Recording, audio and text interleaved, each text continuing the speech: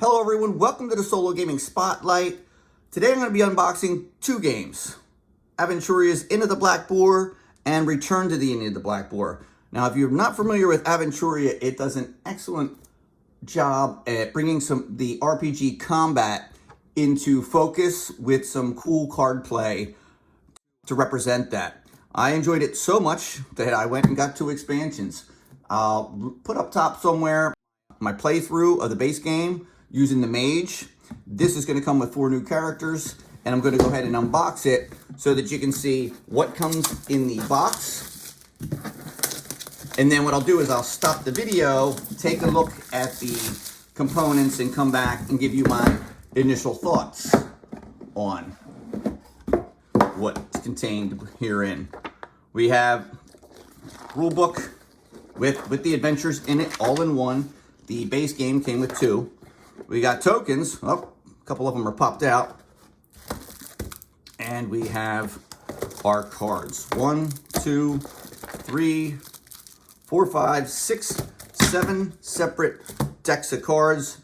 I will unwrap these, take a look through them, and come back and give you my initial thoughts. The Into the Black Boar. Let's see what comes in this. And then again, I will come back and give you my initial thoughts. A little small, but this is actually pretty well sized. I mean, what is that? 31 pages? One deck. All right, I'm gonna pause the video, come back and give you my thoughts. Okay, so we have here the sorted out cards from the game. We have 4 new playable characters, same as the core game. Man, we have a stack of over double what the core game comes with.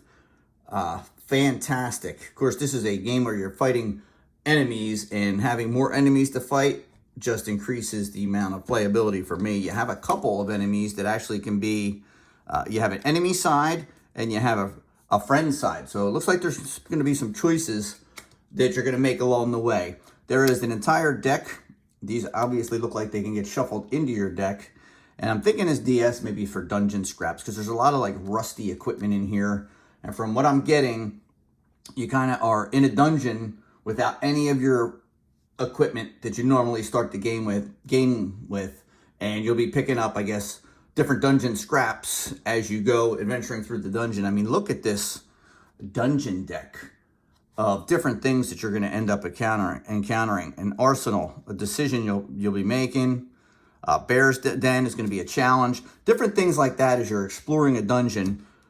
And that's what I get from this. Instead of having like 2 short adventures and the main adventure that the core game comes in, it looks like it's one big, huge dungeon adventure. And then each time you end up, it looks like there's going to be alarm cards in the dungeon as you're exploring and then going to combat.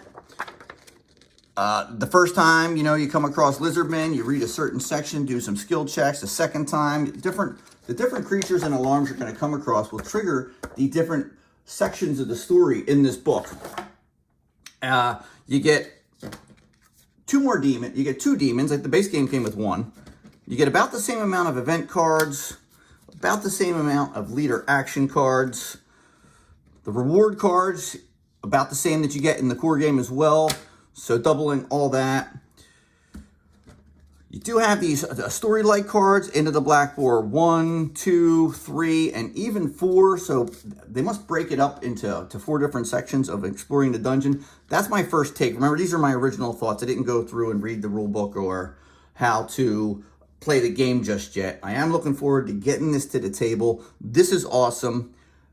Let me go ahead and show you what comes in the Return to the Black Boar Inn. Okay, in Return to the Inn of the Black Boar, we have more henchman cards, 10 or 15 of them or so.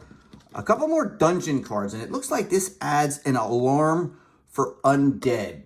So not only do you have plenty of different alarms that are going to trigger combats in your dungeon, but now you have a whole new undead breed of monster that comes to be able to fight. They add more dungeon scrap cards, the different things that you're going to be going through and collecting in the dungeon. A cape, penknife, a hand mirror, different types of items it looks like you're going to be grabbing. You got these hero title cards, which I'm imagining will give you some sort of ability if you end up earning them. And then the adventure cards, which if I find intriguing, you have the one right here, and it has like your different skills, and it looks like they're the same size as the tokens, and maybe you cover them up as you go. It's called Circus Performance, so obviously you interact with some sort of story element that'll have you doing tests or whatnot. And I'm just intrigued. As you trigger more and more alarms as you go around the dungeon, it looks like it's going to bring up the combat aspect of the game, where you are taking on enemies and going from there, and then going back and forth between combat and exploring the dungeon till you hit these alarms and have fights with different kinds of monsters. Seems really cool. I'm excited to get this to the table.